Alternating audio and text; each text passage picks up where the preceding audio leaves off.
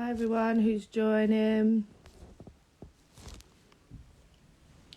Just wait for a few more people to join as we usually do, and then we'll get started.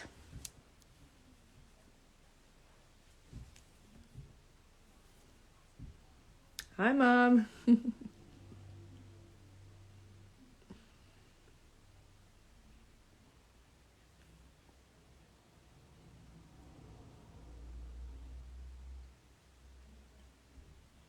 Hi Kelly.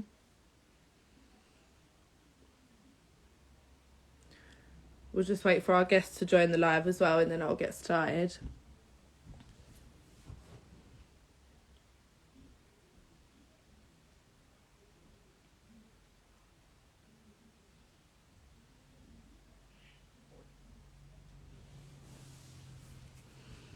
Okay.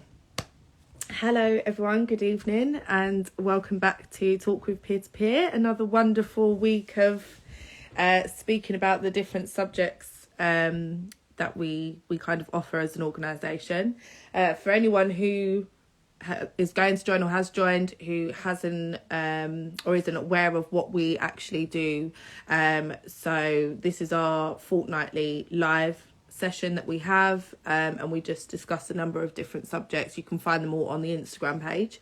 So today we're going to be covering STIs, sexually transmitted infections. So we're going to just kind of be covering the different STIs that there are out there, and also what we can do to make sure that we're keeping ourselves safe when it comes to kind of sexual health checkups and stuff like that. And also any kind of people that have joined the live, if you've got young kids, if you've got teenage kids, or you've got I don't know, younger siblings or something like that, any advice that you guys might need to kind of approach this subject, we can also help you with that. So as per usual, we'll start off with our statistics. So in 2019, 101,000 males were diagnosed with chlamydia, and 126,000 females also contracted the STI in England. So that was literally not last year, the year before. So the next one I've got is in 2019, there were 468,342 diagnoses of STIs made in England, a 5% increase since 2018. The latest statistics from Public Health England shows that a case of chlamydia or gonorrhea is diagnosed in a young person every 4 minutes in England. And then the final one that I've got is there were over 144,000 diagnoses of these sexually transmitted infections in people aged 15 to 24 in 2017. So that kind of just gives you a insight into the kind of levels of STIs that are still being contracted, even with most people having some sort of sexual health education, whether it be in school or whether it be that you've done some research yourself online, etc. But we understand that conversation can sometimes be quite uncomfortable. So we're going to have our lovely guest join us today, Hollie. She was on last week, so she's going to come and join us again today. If you guys have got any questions or would like to find out a little bit more information about anything, then please just pop us a message. You can put it in the comment box, or you can also just send us a private message, DM, or send us an email. We'll be able to give you some more information. So let's get Hollie on. Bear with me, guys. Just wait for it to load.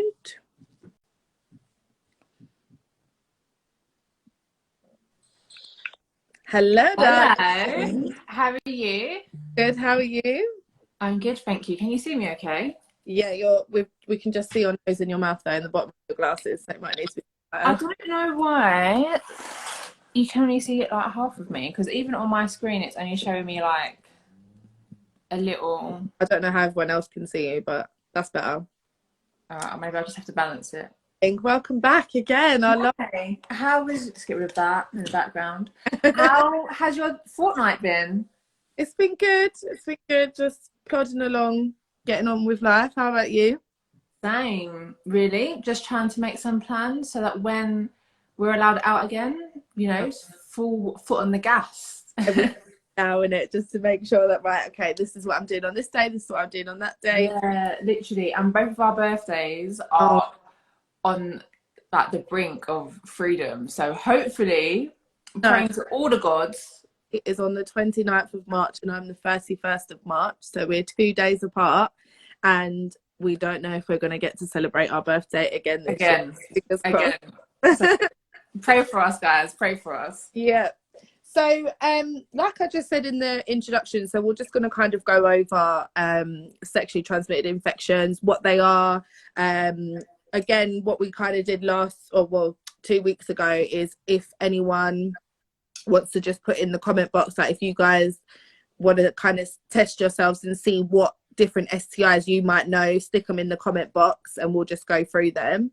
And if you have any questions and you don't want everyone else to see that you've asked that question, you can use the question box, which is around here.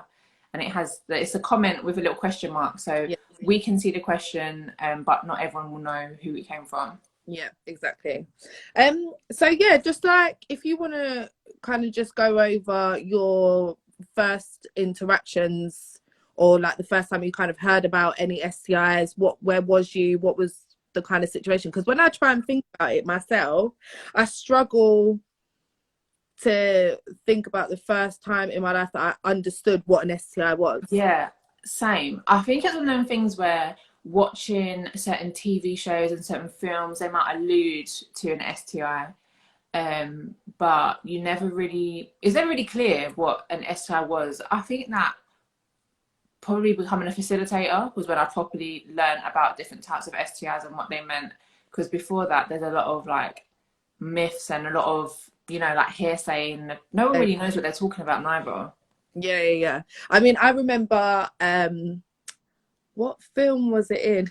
It's so bad, but there's a film like a Scary Movie remake, or I think it might have been Scary Movie or something like that, and I think she or he had crabs or something like that, and then someone used the same towel and then they got crabs and it was like and it was like a joke in school, like, yeah. I didn't realize that actual thing that you can actually contract it, and that's how you can contract it as well. Yeah. Like it through using someone else's towel or engaging in sexual intercourse with someone, and both of like your, like obviously your pubic hairs and whatever are going to be touching each other, so you can actually contract it that way. But I think it's the same for me. It was probably, actually, do you know what, saying that though, because mum was coming into schools and delivering these sessions even when I was in school, she did the times and do different sessions, and I do think one of them was STIs.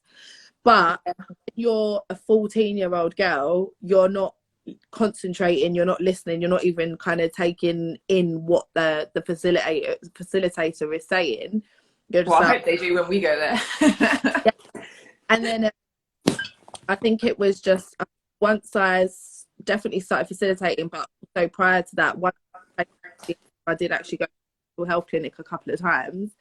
But even then, they don't go into detail about what they're actually testing. It's just standard chlamydia and gonorrhea, isn't it? That they kind of do. So, I thought I was going to say a few things. The first thing that I was going to say is that I think especially now where a lot of kids are on social media, there's a lot of crap that is said online about what an actual STI is, and that I think that creates a fear and anxiety around STIs. Like, most people in their life will probably get an STI, and it's not the worst thing in the world as long as you get tested regularly and you can treat it. But again, like, just I think it's just a lack of knowledge, because when you do go to an STI clinic, sometimes they'll just send you home with a self-test kit because they're overwhelmed, and you're not really understanding what you're testing for. And if you only with the self-test kit, I think it only tests for chlamydia and gonorrhea. Even though they are the most common in like 16 to 25-year-olds, it doesn't include the whole other STIs that you can possibly get. So people are walking around like, oh yeah, I'm clean, or I have. Like, it's another discussion. Like, I've tested negative for these STIs, not even realizing most of them that there's actually a whole host of STIs that they could have, and they don't know about it. The thing is as well, what I find where there's definitely a side of lack of education is the fact that people automatically think that things like chlamydia and gonorrhea, they don't really have symptoms, and you could have contracted it and there could be health complications and stuff like that later on down the Yeah, line. of For example, course. gonorrhea can actually cause infertility Yeah. for so long. It can actually cause infertility. I know with chlamydia, like you might have a little bit of a burning sensation when you urinate or whatever, but you still don't actually have a massive amount of symptoms. But then you also look at an STI like HIV, Yeah. you progressively get ill. You don't know got it as soon as you've got it. If you've contracted I don't know, like crabs or genital herpes or something like that, you will physically see a sign to say, Well, right, even like, I can't remember the exact statistic, but around 70% of the people with genital herpes don't know that they've got it.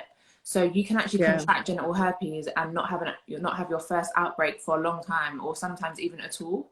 So there's a lot of, I think one good thing that has come out of COVID is the word asymptomatic, and most people are aware of what that means. So if you don't know what it means, asymptomatic means that you've got a disease or a virus, but you're not showing the symptoms of that virus. So a lot of yeah, people, mostly men or people with penises, they carry STIs asymptomatically, so they don't show any symptoms at yeah, all, and that's how they get spread. Because if you had symptoms, you wouldn't go and have sex with someone else, or someone else probably wouldn't have sex with you if they could see the symptoms. yeah, definitely. I agree 100%. And with like kind of just going back to what we spoke about 2 weeks ago, it comes hand in hand with perception. A lot of people are like, oh, I just need to make sure I'm on the pill. I've got they only have it in their forefront. Like, I don't want to get. What about Yeah, these yeah, STIs? yeah. When I used to go into schools, we used to do an activity which was like a little starter activity, like reasons why people don't want to use a condom, and it'd be like, oh, it kills the mood, or it doesn't feel the same. And I'd be like, well, do you know what doesn't feel the same? When your genitals are burning. How about that? And I'd just be sitting there like, because sometimes you just have to hit them with the facts. Like, that's not going to feel the same. No, it's not. And the thing is, like we've all done it. We've all, a lot of us have had unprotected sex and done things that we probably shouldn't have done at the time or whatever. But Yeah, it's about taking that extra step and saying, right, okay, well, I've had unprotected sex, so I need to go and checked out. It's yeah, that, catch it early, or you do something to kind of prevent it at an earlier date.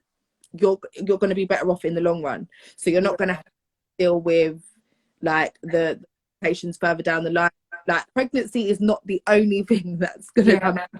I think it would be interesting if anyone in the comments wants to get involved, like kind of things that you've heard around like STIs, or any myths that you've heard around STIs, and maybe we can try and like debunk some of those myths.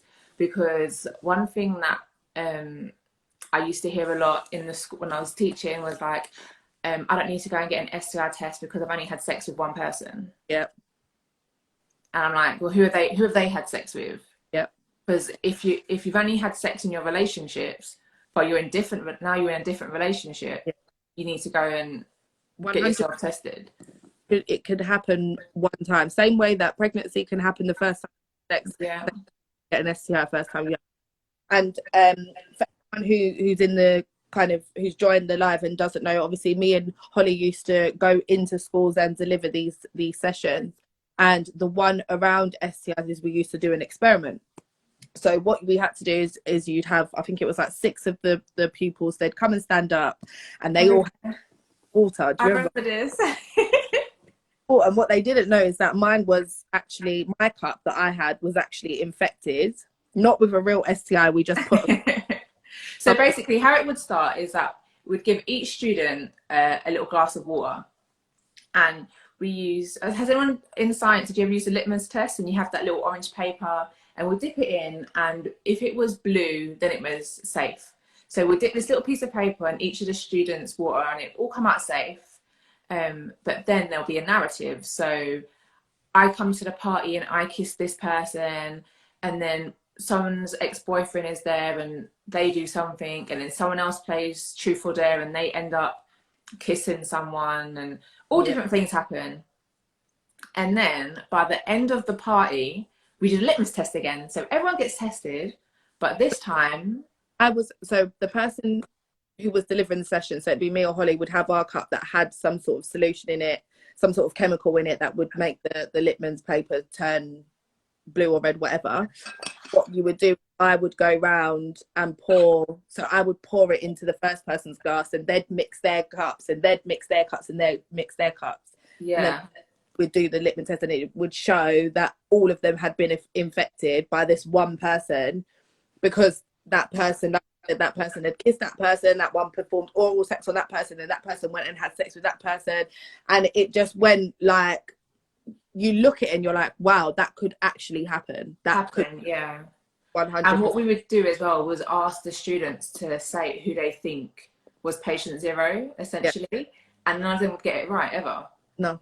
None of them. And I think it was really, because it's so visual, it was really eye-opening for them to be like, oh, rah. Some of them, you can see some of them, they're like, oh, I did that last week or whatever. You can see like not the guilt, but just like the penny dropping, like what I'm doing is not cool, or their mind is just blown. Yeah. I think it's also important as well, what we would do. I mean, it was quite graphic, and it took me a little while to adjust to the pictures that we had to show our students, but even doing some research yourself into what kind of symptoms or signs you can look out for on yourself.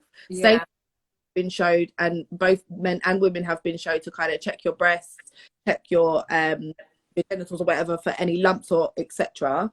I feel like it should be a similar thing with sexual health as well. 100%. Find out, research yourself online. If you ever have something that feels a little bit different or something like that, you know that you can go and get yourself checked out, and it's kind of going to give you a sense of peace of mind. Yeah. So I think another myth, shall we say, that could be debunked is like what are STIs and what aren't. What are, because I think when you're young, you don't really know what you're talking about. Like, you might have a bit of discharge, or you might have a bit of an itch, and you're like, oh my God, I've got something, or my partner's cheating on me, or like whatever. Like, your mind's going 100 miles an hour. But I think it's really important to know your body and what's your normal, because going on Google and going to WebMD, whatever it's called, is not going to put your mind at rest. What you need to do is know your body and what your normal is. Yeah. And for example, if you have a vagina and you have a uterus, your discharge is going to be different throughout your cycle. So that's something for you to know, so that if it is different, you know, oh, is it because I'm ovulating this week, or is it because my period's about to start this week, or actually do I need to go to the doctor? So it could be different reasons. That, for example, thrush will give you discharge. You can get thrush from sex, but it's not an STI. So there are different things that can cause changes, but aren't necessarily STIs. Yeah, no, 100%. And I just think it's very important, just to give everyone a little insight into one of my experiences of when I had self-diagnosed myself and the heart attack, and thought, oh my God, oh my gosh. Okay.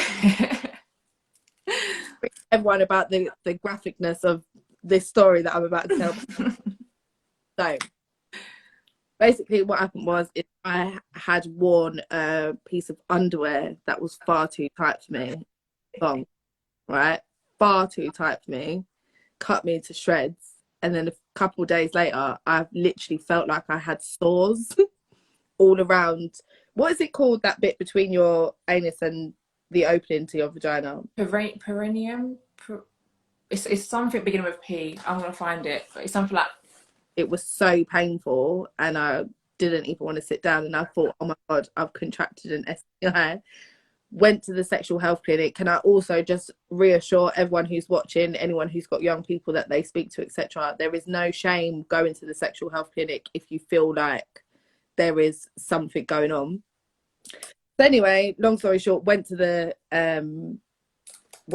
sexual health clinic, had all my tests done. It was fine. It's a little bit intrusive, but it's fine. It's not the worst thing to happen in the world. Rosie said it's the perineum. I was close. Of course, you know. I was close. Well done, Rose. So anyway, I went to the sexual health clinic and everything was fine. I was just panicking. I'd literally just torn the skin a little bit, and that's why it was so. But that's an example of knowing your own body. If you feel like there's something wrong, or you feel like there's something that's, I don't know, even if it's the slightest thing, like, oh, there's a little bit of a difference in my normal discharge. Like you said, obviously our discharge changes, but if you a little bit of a stronger smell or something like that, it's better to be safe than sorry. Yeah. And I would say, like, myth number 3 is that you might think, when I go to the sexual health clinic or when I go to get tested, everyone will judge me. Yeah. Just take that thought and just throw it in the trash, because when you go to a clinic, there's, first of all, most of the time, those clinics, they have so many different services that people can be there for complete different reasons. Yeah. At the clinic that I go to, you can get breast screening there. You can get like STI checks there. But basically, anything to do with vaginas, penises, even UTIs, anything to do with that whole area is in that one clinic. So no one's going to think, oh, you're there for a specific reason. The only person that knows is probably the receptionist, so they can put you in the right queue, and then the doctor that you go to. And it's really important that, well, I would say to go, like, at the very least, like every year or every 6 months, because you just don't want to miss anything. I think the more you go as well, the less scary it is. Yeah, they do say that you're supposed to go. I know obviously they say in between each sexual partner you should be going. You should be. Is it every 6 months they say for you to get checked or something like that? I think it's like 3 to 6 months, but definitely every time you step with a new partner, you should be getting yourself tested anyway. And just to let everyone know that these sexual health clinics, they actually offer forms of contraception there as well. Yeah. I've got my implant in, but I know I just recently found out that I can actually go to a sexual health clinic to have it removed. So you go there. I'm not too sure about prescribing like the pills. I know they can fit the coil. With most STI clinics, you can access forms of contraception, but what I would say is, before you head out your house, have a look online and find out what services they do offer. Some might offer for example, some might have satellite clinics in a pharmacy, so they might only offer the pill and condoms, because they don't have any staff trained to do the more internal forms of contraception, like the coil or the implant. So definitely double check online before you go on a wasted journey. Yeah, definitely. Okay, so just to kind of go through the kind of symptoms that you can be looking out for, I've got a few written down, but if you've got any that you can think of now, Holes, like. Well, what I would say is that STIs fall into predominantly 2, maybe 3 categories. So you've got bacterial STIs and you've got viral STIs. And the STIs in each of those camps will have very similar, very, very similar symptoms. So, for example, viral STIs have very similar symptoms to flu.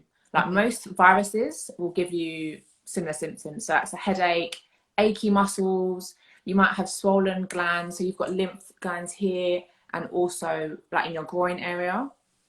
Those are the more viral STIs.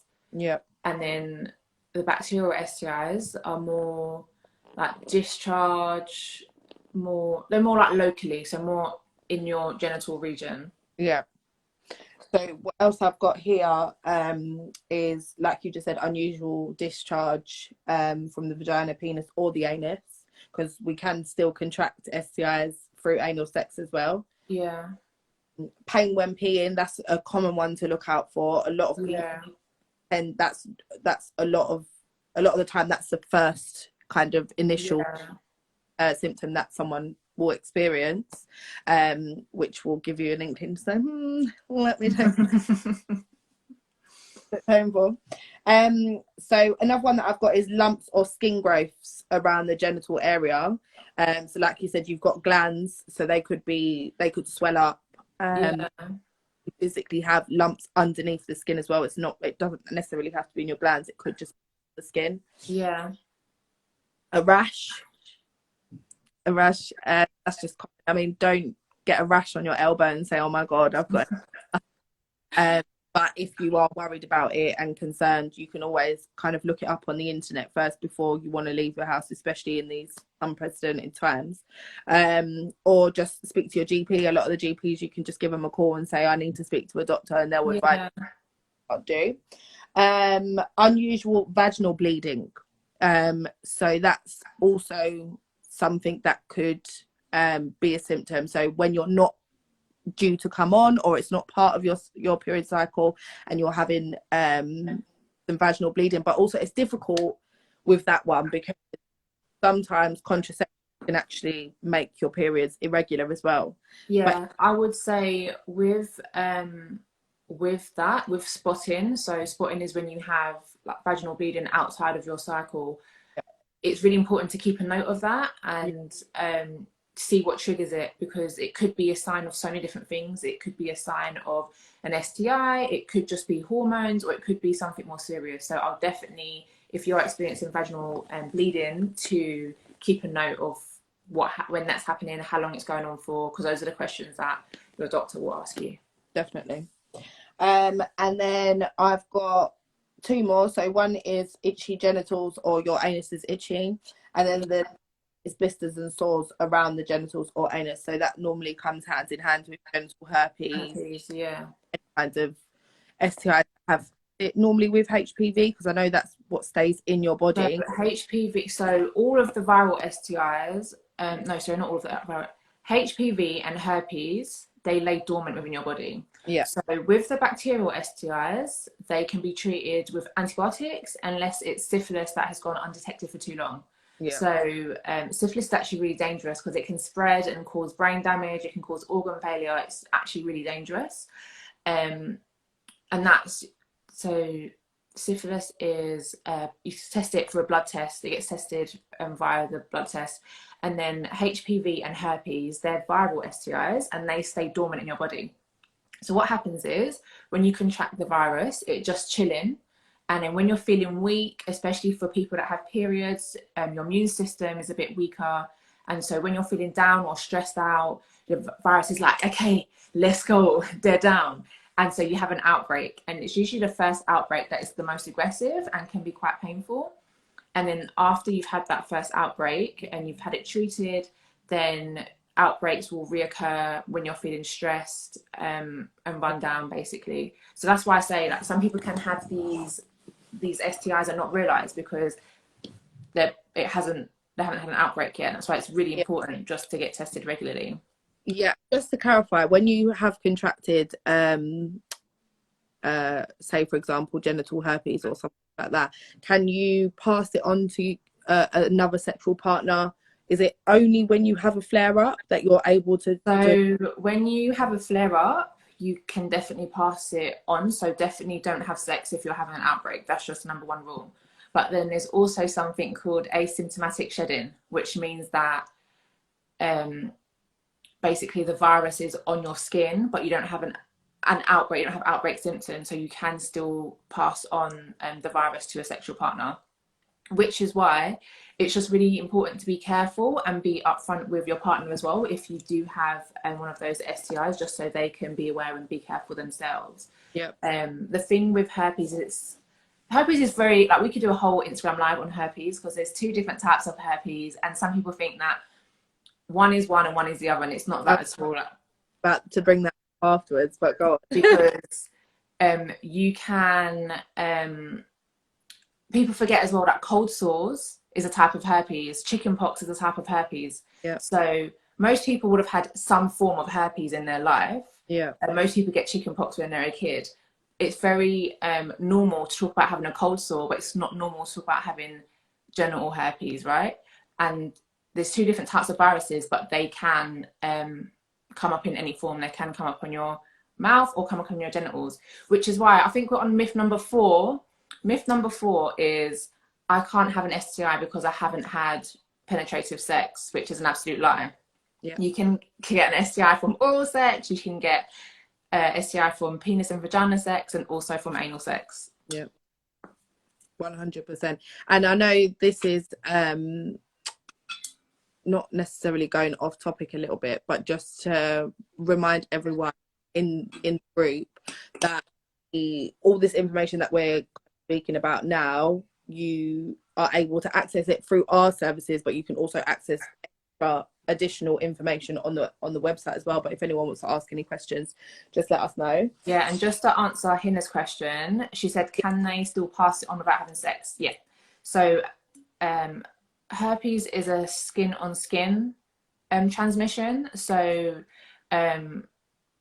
yeah, basically, like, for example, if your finger was on someone's genitals and they had an outbreak, and then you touched your lip or you've touched your genitals, then there can be that kind of transmission that way.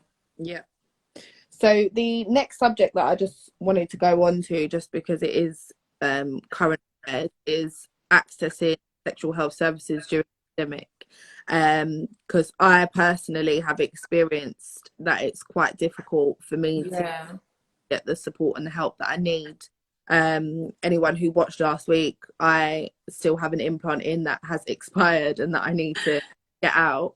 I'm laughing, but it's actually ridiculous. I know.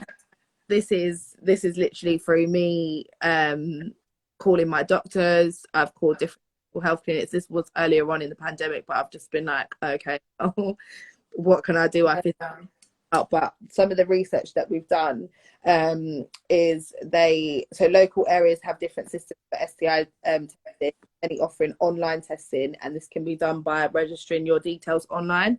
And like you mentioned earlier, you can actually get a home kit sent home. Like you said, it is predominantly for gonorrhea and chlamydia. Better to have those tests. Yeah. So this actually goes back to a point I wanted to make earlier on, which is, I know people hate needles. I know it's not a nice experience, but if offered, I would always just say, yeah, test me for everything. Yeah. Because what you don't want to do is say no and then not know that you're walking around with an infection. So that's the first thing. With the at-home clinics, they'll give you a call usually just to find out what kind of kit is most suitable for you, and it comes in like a plain bag. It doesn't have like any branding on it and everything. And I don't know what it's like for people with penises actually, but for the people with vaginas, it's like a long cotton wool swab, and you just go inside, do a bit of swirly whirly, and then you can also get a finger prick test. And I did this myself for the first time a few months, maybe like 6 months ago, and it was the most traumatic experience of my life. And I was like, how can I tell students to go and do this and I can't do it myself? So I did it, and for some reason I just couldn't get the blood out of my finger. Like, you think that if you cut yourself, blood just pours out, and it doesn't. Like, this blood was not coming out of my finger. And then in the end, I didn't even test my blood because it had clotted. But if you're in person, I would definitely recommend getting a blood test. Yeah, definitely. And just to let the men who have joined know that they use the same swab, but they do actually put it in the tip of your penis, and it can be a little bit uncomfortable, but it's literally 10 seconds and it's done. So I would definitely recommend, if anyone wants to just kind of get a test done, that's the best thing to do. What you'll have to do is go on if you literally just type in home STI testing kits or something like that on Google, it will give you ones in the different boroughs and what you can access. I would say as well, if you're unsure, definitely go to shl.com and also just type in your borough and STI test or sexual health clinic, because it's literally so different in each borough. Like, Zen and I live about 20 minutes away from each other, but our services are completely different. So definitely just Google your borough and sexual health clinics, because you'll get a more accurate idea of what's available to you. Yeah. And just I don't know if you remember this, Hollie, but I actually laughed and joked about it.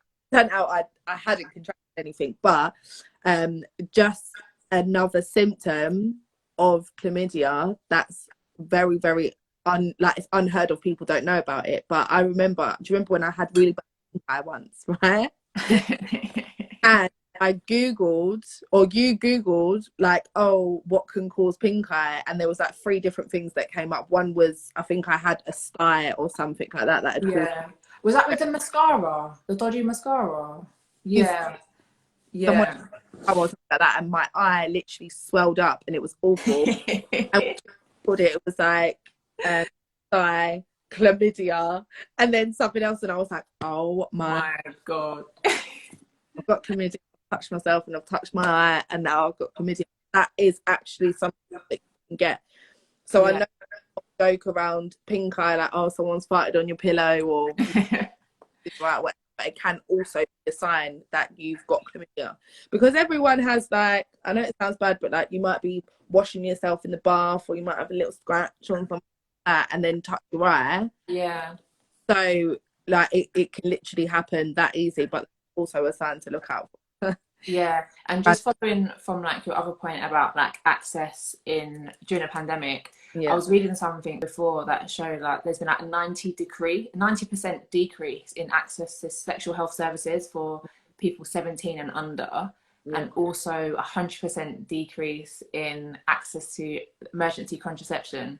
So I know we're all meant to be at home, we're all meant to be social distancing, but there will be people that break the rules for one reason or another. We never know what situations people are in. Yeah. And that's so scary to think that there's young people. I feel like even as some adults are very undereducated on STIs and contraception. So to think that it's like 17-year-olds and under are not able to access these services is actually scary. And I also feel like just because of the influence of everything, so the influence of social media, the influence of music, I do feel like young people are probably having sex younger, and because they're not in school, they're not in their regular routines.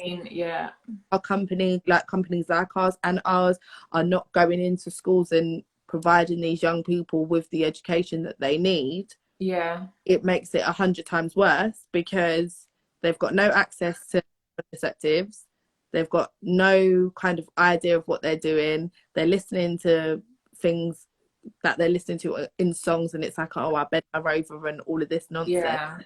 And so they're thinking that that's what sex is. And probably all of their friends are having sex as well. So I think it's just important for us as the kind of more educated generation when it comes to this kind of stuff. We need to be able to educate our young people as well, and because as well, I think another challenge that young people face is that lack of privacy.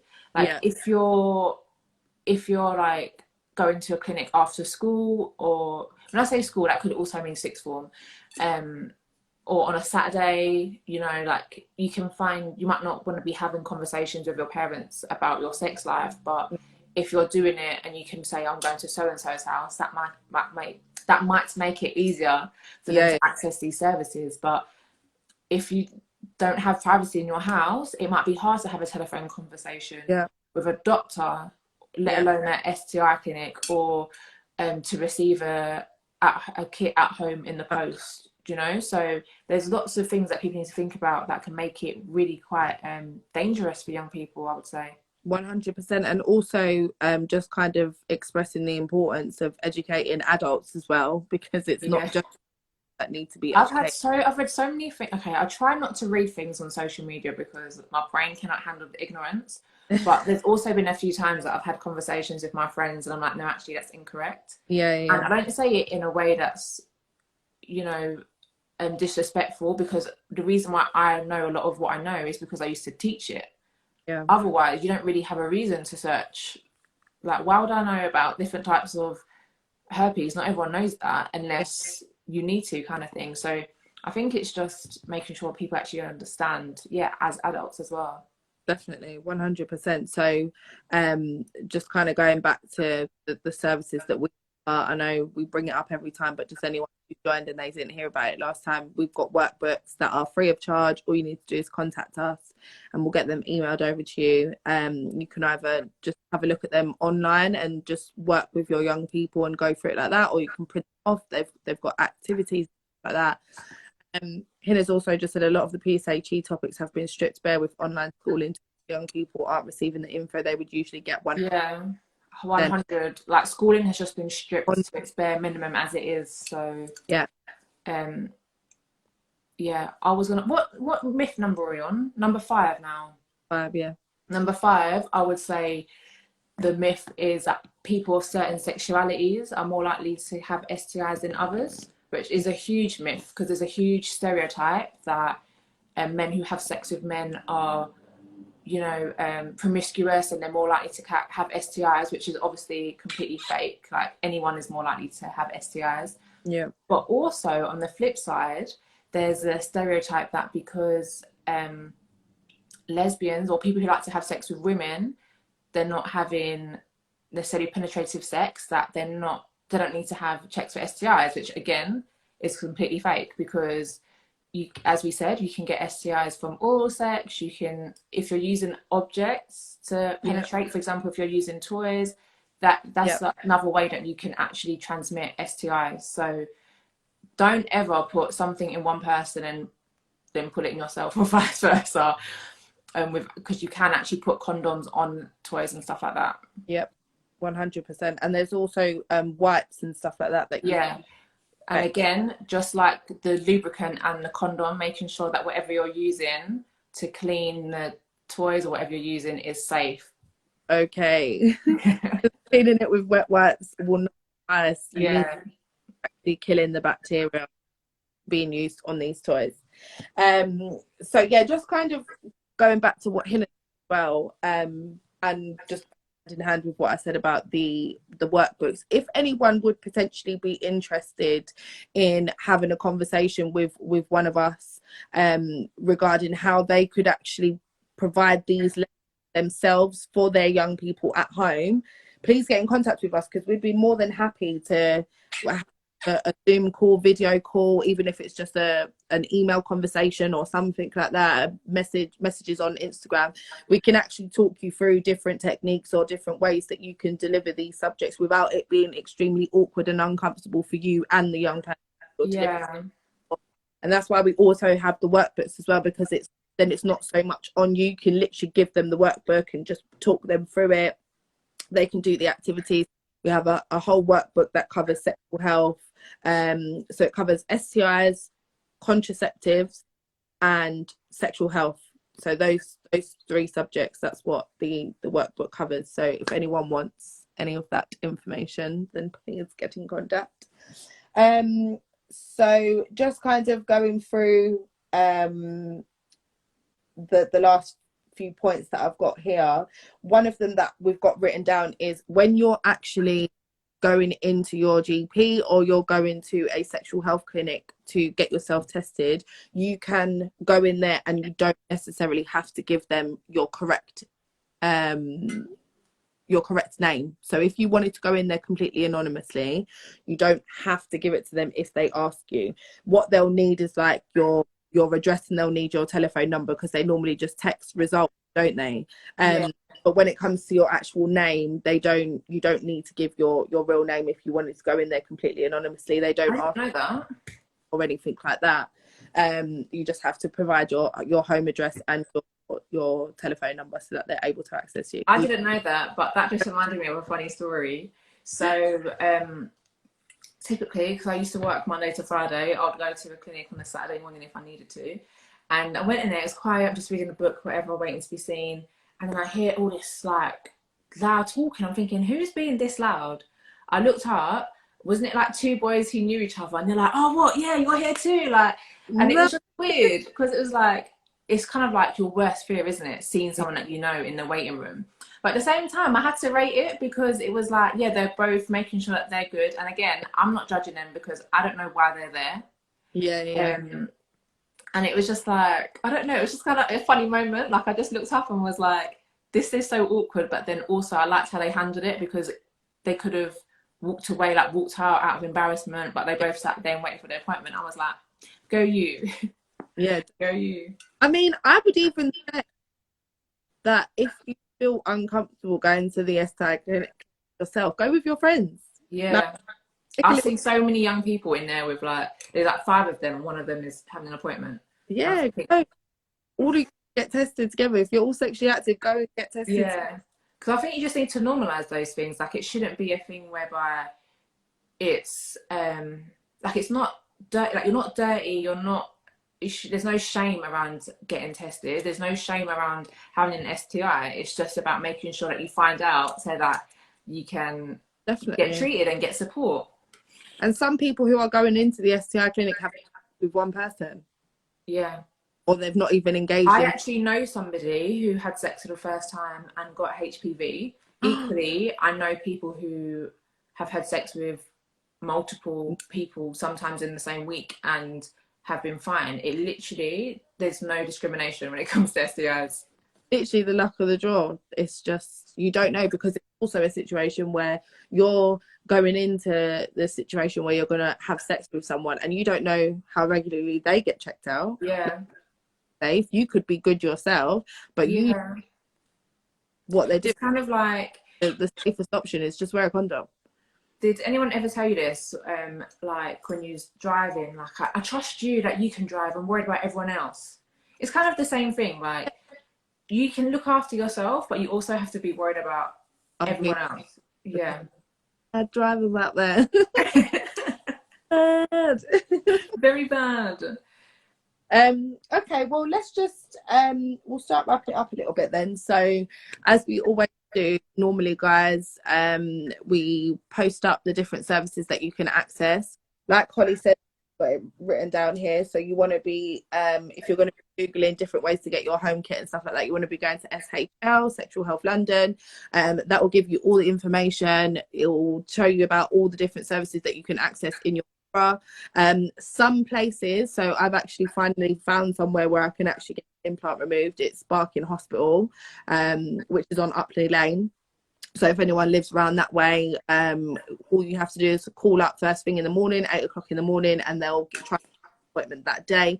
You need to call in because it's literally like a walk-in situation. You can't pre-book appointments or anything like that. It's just whoever they can fit in a day, that's what they do. So give them a call, see if you can try and get yourselves booked in. To follow that, I would say anyone that lives in Newham, Tower Hamlets, and what's the other one? Is it Waltham Cross? I think it is. And that all falls under the Barts Trust. And if you go to All East, they've got, so you book a telephone appointment and then they'll let you know whether you need to come in or whether they can help you over the phone. Yeah. So there are still services that we can access. They're just a bit limited at the minute, but in trying, there's no in trying to call these different places and see what you can do. And then with our booklets, with our workbooks that we offer, they're still very much available. We have them on file, so give us a message and I'll get those emailed over to you. Are they free? So that again, there's free, yeah. So no, it's free of charge. Free of charge. You don't need, but we do actually have 3 workbooks. Oh, okay. Each workbook has 3 different subjects in there, so all the subjects covered in the lives you can actually access all the workbooks that we've made. Okay, smart. So if anyone is interested in that, if anyone actually has organizations that might potentially be interested, please forward our details onto them or forward their details on us. We can reach out and make contact with them and just see if they'd be interested in ours as well. We're always trying to collab and speak to different people through our organization. So if anyone has any information or any other organizations that are interested, then give us a shout. Yeah, definitely. And just to finish that up with, I would say if you're unsure, just call a medical professional. Don't call your bestie, don't call Google, just call a medical professional. And like, it's okay if you do end up having an STI, it's okay. But I would also recommend being honest and upfront with your partner, because if it was you on the other foot, you would want to know whether your partner has an STI, and then you can both be safe together. Definitely. 100%. Safety is key. And honesty is the best policy. Yes. Okay, guys. Thank you to everyone who joined. It's been amazing as usual. Holly, thank you for being our amazing. You're welcome. You're welcome. You're welcome. And we will, I'm not too sure what we're going to be covering in the next couple of weeks, but we'll be putting out our posts to let everyone know anyway. And I hope everyone has a lovely Thursday evening, and we'll see you in a couple of weeks. Bye. Bye.